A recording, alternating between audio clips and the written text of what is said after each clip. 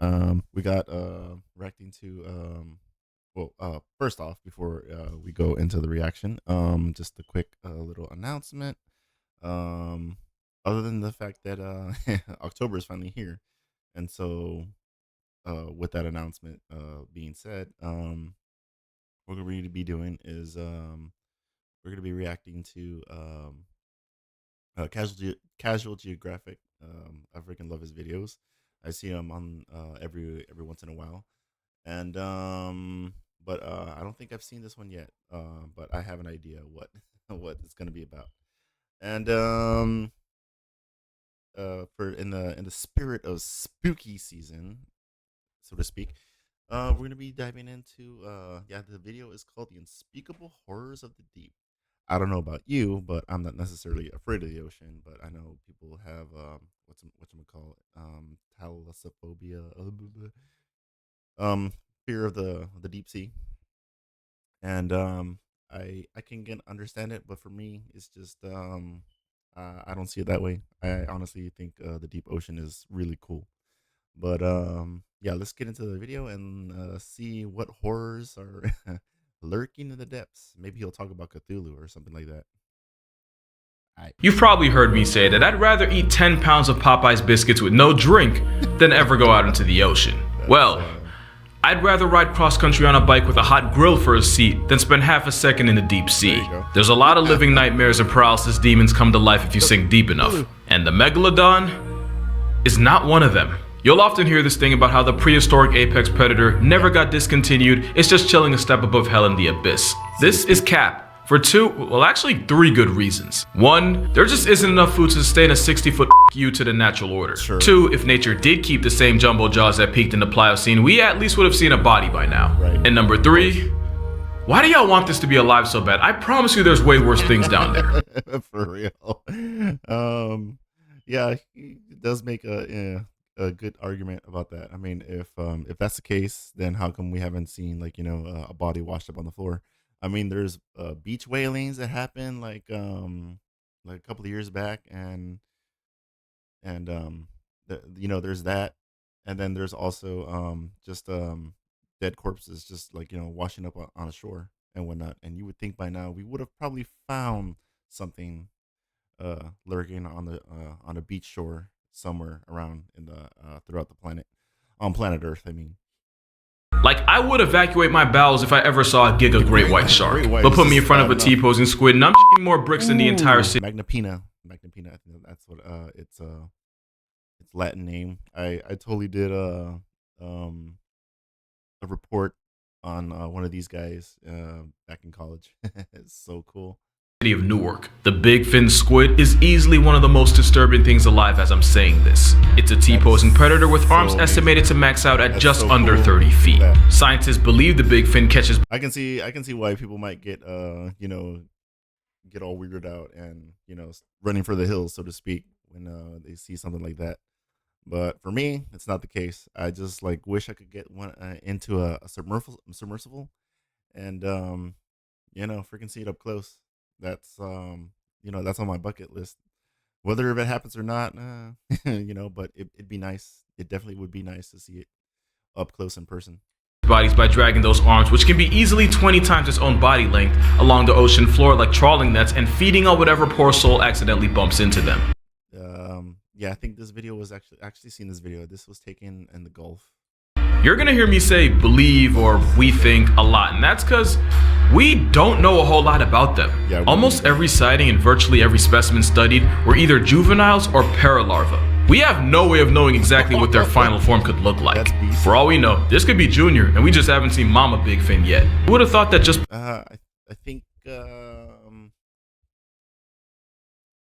I think he's 50% right on that though, because we kind of do know, and yet we don't know because we haven't seen any in the lower depths yet, at least in my knowledge. But unless there's an update out there, someone type it in the comments and let me know whether if we have seen one, that's been capped out, fully grown adult. I mean, Putting elbows on a squid would instantly turn it into the spawn of Satan. Oh, and if you thought the big fin was just this slow, passive floating predator, then you're seriously underestimating the ocean's ability to massacre your mental health. And if you're curious, this video was taken about 7,000 feet down in the Gulf of Mexico. But considering they're believed to be the deepest living squids at about 20,000 feet, I have a theory. This is a juvenile, and the big boys are the ones shacking it up down in the crotch of the ocean. But good news, the big fin probably only feeds on small fish and crustaceans. Bad news, there are squids big enough to beef with the biggest predators on the planet. And the biggest predator on the planet that isn't a disgraced former YouTuber is the sperm whale, which on its own would have to be one of the most traumatizing things to witness during their 2-hour hunting expeditions down in the deep sea. Well, the tankiest carnivore on Earth regularly runs fades with the giant squid. And by giant, we're talking about calamari growing to an estimated 40 feet long. Not only are they themselves predators that hunt using 20-foot tentacles, they're opportunistic cannibals that would 100% murk their entire family reunion for some calories. Now, nature high-key screwed up their character design. They have a donut-shaped brain and an esophagus running through it, meaning if they swallow something big enough, not only do they run the risk of choking to a flatline, they can also factory reset their entire personality through severe brain damage, which is why they mitigate this by shredding their victims with a razor-sharp beak and what is essentially a tongue with teeth, the radula. It looks like it definitely looks like a regular a parrot beak, just about like a regular bird beak from a parrot. That beak is such a weapon that you'll rarely see a sperm whale that hasn't been tattooed during a struggle with a giant squid. And while the plus-size cephalopod usually loses in a war with the whale, they do not make it easy. But the most disturbing thing about them is that eye. Giant squids have the most physically imposing eye in nature, with it being roughly the size of a soccer ball. Contrary to popular belief, huge eyes don't exactly help it see further, but it does mean they're terrifyingly good at noticing objects giving off their own light, which is a lifesaver since when their biggest optosperm whale is on the hunt, modern-day Leviathan disturbs glowing creatures like jellyfish and crustaceans who flash in response. Having eyes as big as our heads means the giant squid can detect and use those flashes to avoid becoming a corpse. But man, it's such a massive cheat code that that sperm whales can just like go on a breath and stay down there for like about an hour or so, just cruising around looking for calamari to snack on and eat. Not only that they'll I think he forgot to mention that not only that sperm whales would you know, take a bite out of them, that they use sound to incapacitate them at times as well.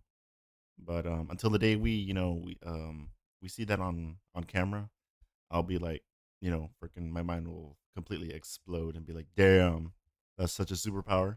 He's got to be like an X-Men um, sperm whale. But that also means that if you ever go swimming in the Giga Squid's area code, the flashes you'd create mean that while you might not see it, the same animal that does its own kind dirty would know exactly where you are. And honestly, there's only one thing that could be worse than getting stalked by a school bus-sized headfoot. There's another squid with hunting tactics so spiritually upsetting, I'm not even gonna talk about it. I'm gonna go ahead and use a lifeline.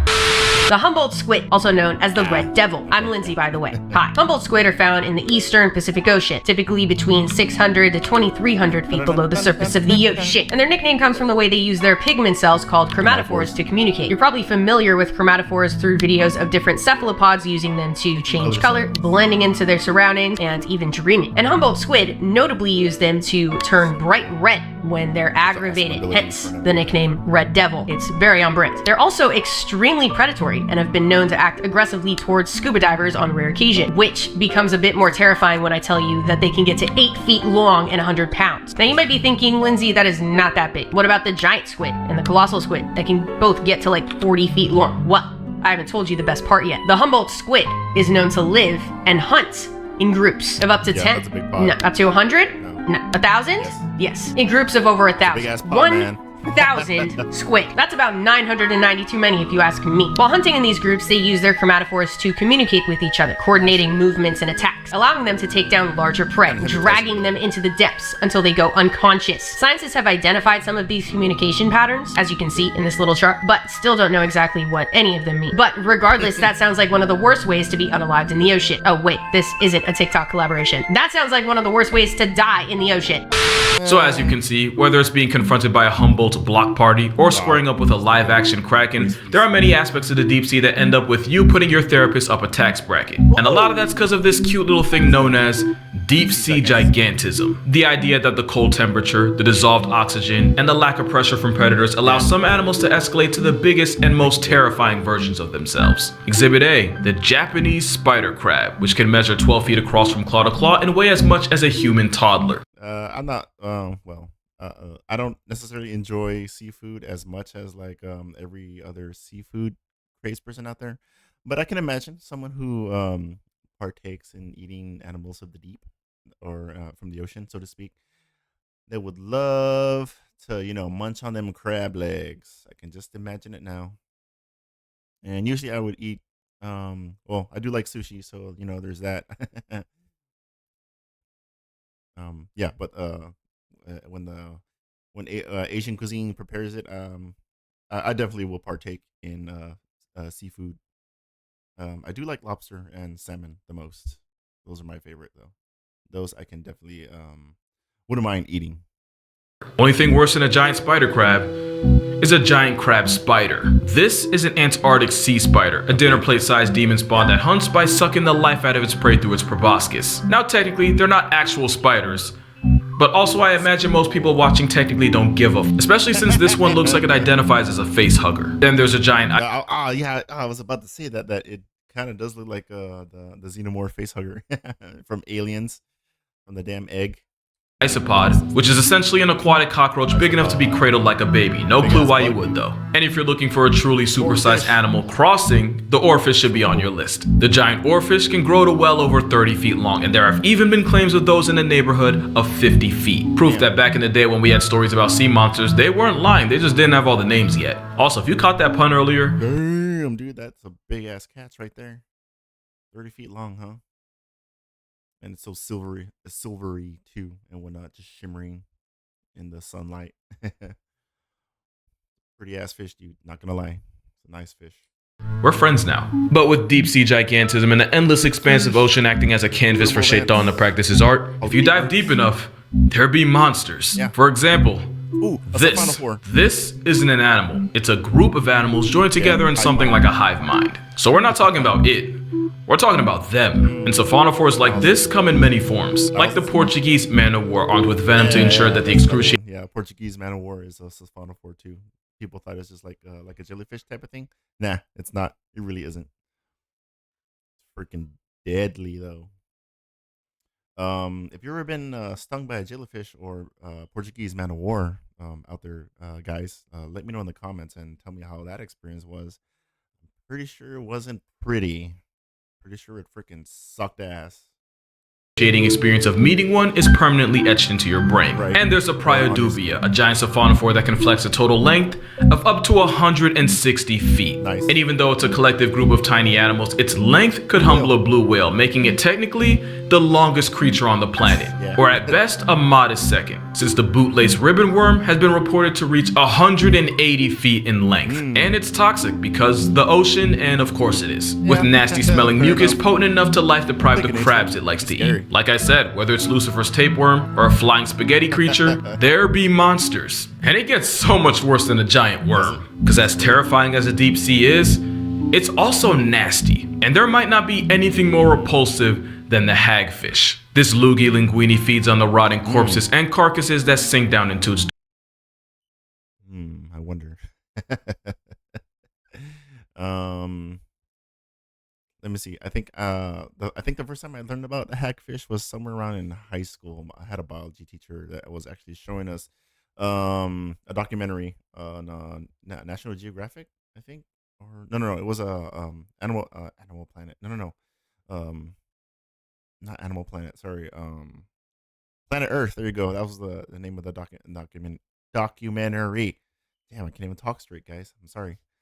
I remember watching that documentary. It was also a pretty good documentary. And when I first learned about that, I was like, "What? It looks like a freaking big ass worm, but it's just like a scavenger kind of fish thing, mabob." domain. And since they don't have any actual teeth, the graveyard guppy feeds by sliding into an opening and eating the decomposing body from the inside out. And you would think that something that eats like a casket wouldn't have to worry about getting put on a plate itself. Again, you're giving the ocean too much credit. As self-defense, the hagfish will sweat buckets of slime, a phlegm jacket that's thick enough to clog the gills of anything hungry enough. Oh yeah, he didn't like that. It was like nasty. I can imagine for like either a shark or some kind of predator eating one of them and just gets like a freaking a mouthful of phlegm. Like, no thank you. To F around and unlucky enough to find out. To the point where this is the end game of a truck transporting hagfish on the highway crashing. Now, you've definitely seen this picture before, but have you ever stopped and asked? I'm not gonna say it. I'm not gonna say it. I'm not gonna say it. It looks so wrong, but I'm not gonna say it. If you get it, you know where we're yeah. Okay, that's enough. Enough of that degenerate brain rot. Let's go back to reality. Let's get our heads out of the gutter. Ask yourself what they were doing there in the first place. You remember how I said nothing that eats like a hagfish should ever have to worry about getting eaten? Well, simple. For these hagfish, their final destination were dinner plates in Asian countries such as South Korea, where they're considered a delicacy. Now, I'm not one to judge other cultures, but we seem to have a habit of constantly trying to eat all the things. Actually, now that I'm editing this probably would go hard.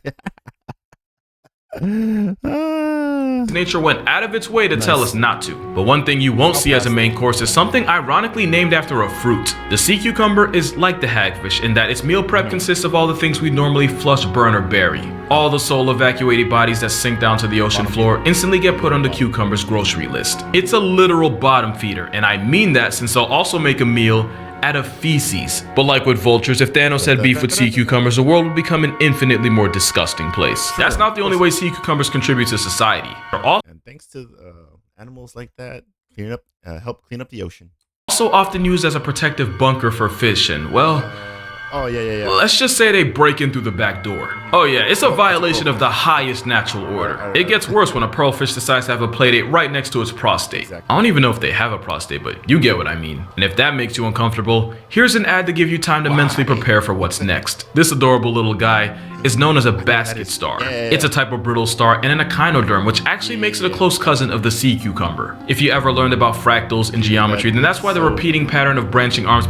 That looks so weird, but I don't know. It looks so awesome. That's definitely alien, dude. That is alien right there. That is. We're honestly freaking wasting too much money. Elon Musk, if you're out there and watching this, freaking, you're wasting too much money on space. And start looking in the ocean. Okay, look at this. Might look familiar. It's also why the US is really wasting $20 billion a year looking into space, because the real ET is happening right here. Because of the unsightly way basket stars get from A to B, they've also earned the nickname sea snakes. I feel itchy all of a sudden. However, even though it looks like something Lucifer would use to pleasure himself, they eat mostly zooplankton and are pretty much harmless for the most part. And honestly, that pretty much describes 80% of the nonsense in the deep sea, only really harmful to your peace of mind. Like take the frilled shark. Having been around for 80-something million years, not only is the frilled shark a living fossil, it's likely nature's rough draft beta version of sharks today. Also, don't let this... And also has the longest gestation period of any animal on the planet. Well, as we know of, until something else comes along and replaces it, knocks it off its totem pole. Video fool you. They can grow to a respectable 6 feet long. Also, they can be pregnant for 3.5 years, which honestly makes about as much sense as everything else down there. And in terms, if there's any females watching, can you imagine that, having to deal with having a fetus for 3.5 years? I think you might be tearing your hair out after maybe the first year. Be grateful, it's only 9 months.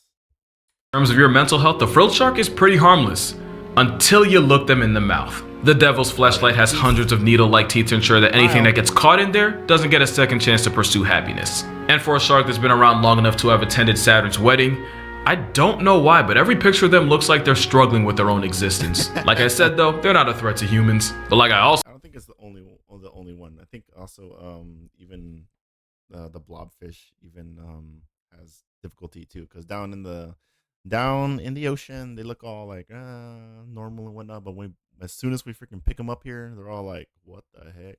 The hell happened to him? Yeah, well, it's just that animals down there just can't cope with living in the pressure up here on the surface world with us, and that's why they look all deformed. Maybe he'll talk about it. Also said, therapy ain't cheap, so if you don't want to end up on a couch, don't look a frilled shark in the mouth. But yeah, you'd be surprised at just how many types of sharks you'll find in the same neighborhood SpongeBob got stranded in that one time. You have 20-foot sleeper sharks that are somehow able to use stealth to just spawn and inhale sustenance like a water Kirby. Speaking of sleepers, in 2015, a Pacific sleeper was recorded in the Solomons Island. Why is that important? Well, its home address was right under an active volcano, proving that if any animal had plot armor, it'd be sharks. Then you have the ghost shark, which, okay, yep, you got me. Isn't an actual shark, it's a close cousin known as a chimera.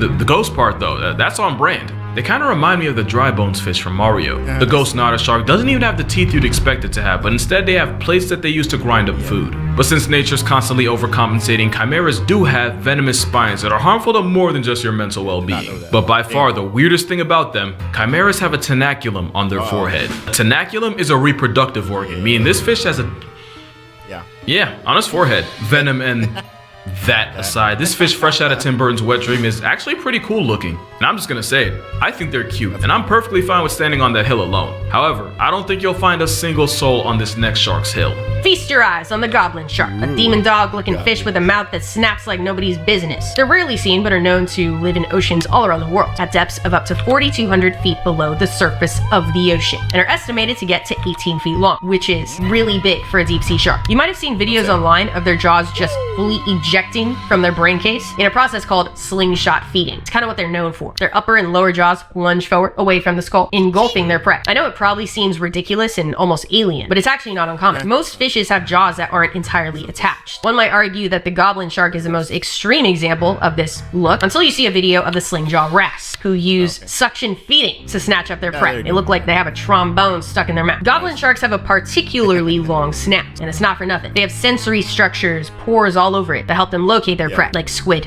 fish, and crustaceans. And I am personally grateful I am not a squid, fish, or crustacean. Yeah, goblins are freaking yeah, we all have something in common. There you go. I'm happy to be human too. right word for the only shark. I mean, well, a space wolf, human, so to speak. You get it. Leave me alone. In the world with a receding gum line. But you gotta admit, yeeting your own jaw to catch calories is pretty metal, and you're gonna find that a lot of the creatures rolling in the deep have evolved some of the most creative ways of bagging groceries. Probably the most popular is the fish that nearly turned Nemo into an orphan. The anglerfish has two defining personality traits, and one of them is that fishing lure hanging right in front of those life-canceling jaws. That light actually comes from bioluminescent bacteria shacking up inside a modified fin. So when a bite-sized light work swims up to the light thing and it just cops some easy protein, the angler ensures that some fish out there never sees its father again. The other thing anglerfish got clout for is their mating habits. I'm not gonna get into it, just know that if your marriage looks anything like theirs, you're gonna need both a divorce and a restraining order. And you know what? Intensive therapy on top of that, extra friggin' viciously. Nemo's paralysis demon isn't the only deep-sea creature to weaponize light. This distinguished gentleman is known as a stoplight loosejaw, and his defining trait is that it uses a red light to hunt, which turns out to be a massive cheat code, since the longer the wavelength of a color, the less energy that wavelength has, and the faster it gets absorbed by water. And since the color red has the longest wavelength out of all of them, it's the yeah, red light is difficult to see under there if you're not equipped for it. But if you manage to have that in your arsenal, just like you said, it's a massive cheat code. Pretty much gonna be a winner, be on top of goddamn, freaking natural selection and evolution and all that crap. It is fascinating in itself. Quite the phenomenon, right? Let's keep going. First one to get absorbed. This is why red light can't reach the deep sea, and the animals living in the abyss that are red actually appear black, which makes it easier for them to hide from predatory smoke. But with a stoplight using red as a searchlight, it's pretty much cracked at this version of hide and seek. Not to mention, since most of the life down there can't even see red, it's able to catch bodies while also not giving up its location to predators or the prey it packs up. This fish really evolved a whole wall hack and a real-life invisibility cloak. Tell me that ain't crazy. And that freakish overbite ensures that once prey is found, it's lost forever. But why hunt prey when you could just sit and wait for it to come to you? That's the entire playbook for the deep sea lizardfish. Just look at that smile. You know he's on nefarious timing. And at over 2 feet long, they earned the title of being one of the premier apex predators of the deep sea. As a habitual camper, they lie waiting for life to pass them by before they lunge and use hypodermic needles for almost looks like a hybrid of an actual fish and a cactus or something like that. Like it has a cactus mouth or something. To cancel it. Now with Apex standing for anyone providing smoke gets extinguished, lizardfish don't hesitate to turn their own kind into coffin fodder. Nice. And with the whole point of those teeth being to hold struggling, panicking prey in place, they make sure they don't live long enough to learn from their mistakes. Seems to be a rule of thumb for a lot of these apex predators down here, like the squid and this lizardfish dude, and what else? I think sea stars too. No, I could be wrong. Let me know what other type of animals out there that engage in this type of extracurricular activity. Thanks, guys.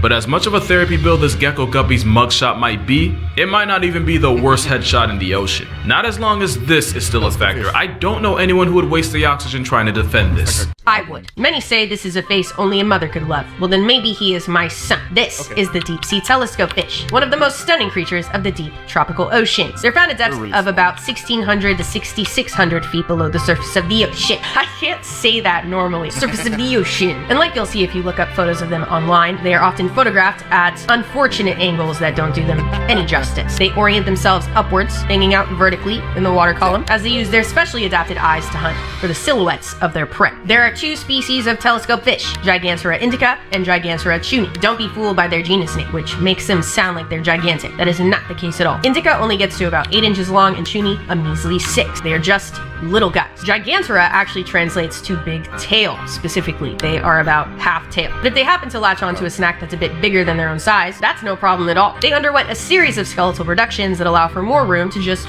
fold it in half. That's right, they are expert folders. In 1925, scientists found a 5.5-inch long viper fish inside the stomach of a 3-inch long telescope fish. Damn, he freaking stuffed that thing in there, didn't he? I guess that, yeah, just like she said, that's why they're expert folders. They described it as neatly folded, an incredible quality possessed by the lovely telescope fish. Yeah, I'm sure if we gave it Blistex and a hairline restoration surgery, he'd be cute, but that's just me. That being said, there's a lot of pretty dope things just chilling in the deep. Take the barrel-eyed fish, the fish with a transparent head that means it can spot ops or prey directly above it, thanks to those two green gummy-looking orbs that are actually its eyes. Or the ultra-rare giant phantom jellyfish, equipped with 30-foot arms that makes this ET understudy the length of a whale shark. And when I say rare, I mean this jelly's only been seen like 100 times in the history of mankind, so the fact that you're watching this right now is kind of wild. Damn, I feel special. Ooh, double octopus. You have the deep-sea Dumbo octopus that copes with stress by turning itself into a ball to discourage predators from eating it. And if this right here looks familiar, yeah, right to his thighs. Okay. The vampire squid does the inverse, as they'll turn themselves inside out and into their own personal panic room whenever they're pressed by a possible predator. And how about a sea pig for you? Take everything I said about sea cucumbers and forget it for a second, because honestly, they're just really cute in a way I can't fully explain. But it's not hard to see what makes this squid instant serotonin. Rosia pacifica, or the stubby squid, is actually more like a cuttlefish. It's also a actually, you know what? It looks like that. That I'm pretty sure you guys seen Avatar: Last Airbender. Remember when they the pentapox? a pentapus. I mean, a pentapus. It looks like a pentapus. It really does look like a pentapus. It really does. Cuddly fish, and it's nature's apology letter for the sheer trauma it saturated the ocean with. It's actually real, and those arts and crafts looking eyes help it catch prey on a nocturnal schedule. It's also important as an environmental indicator, since scientists will often study their responses to there's a video of some deep sea scientists in a submersible going down in the ocean, looking around and whatnot, and they just came across that thing, and they just like I guess you could say roast them. They're just like making like a lot of silly comments. It's really funny.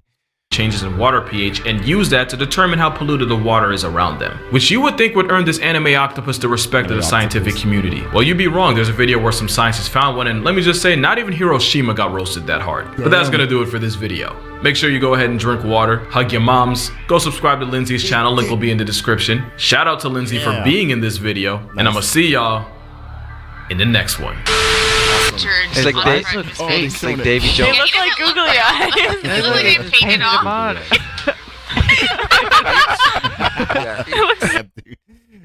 It's almost like it almost looked like a scene or like a meme that like if Solid Snake were to be like hiding and whatnot, and then that's the face once he's caught, like ding. I'm sorry, I can't do the song, but you get what I mean. So fake. Alert, So some other arrow with him alert just sound. came before and just left it here. It's like some other Damn. kid dropped their toy. That's like a rubber toy. It honestly does. Trash. It almost looks like the Squidward toy when they in that one episode when they got out of the water and into the ocean, and Squidward like goes out and he's like, "What?" Oh He's man. awesome though. He is awesome. That's a good focus But right there. seriously, what's Great wrong with focus, eyes? Justin. It's freaking me out. Nice. That is super dope. But hey, that was a great video, man. I freaking enjoyed that. Yeah, I don't well, thank you guys for watching the video, and hope you enjoyed it and whatnot. And if there's a fish out there that would get under your skin and give you nightmares, or if the ocean just gives you nightmares in general, just let me know in the comments. And yeah, and happy October. Thank God it's October now, right? October is finally here, and time for sweater weather and all that festive October stuff and whatnot. And I hope you guys again enjoy the video, and I'll even link it into the description. Go ahead and check out Casual Geographic. His videos are awesome. Shout out to him. Freaking does amazing work. I love you, guy. Love you, dude. Don't stop making videos. I definitely want to continue watching Casual Geographic. If you guys also want me to react to more Casual Geographic videos, let me know in the comments, and also even leave a like in the video and whatnot. And as I said, I'll leave the original video in the description. All right, guys, that's gonna be it, and I'll catch you all in the next video or on live stream when I'm streaming. Later, guys.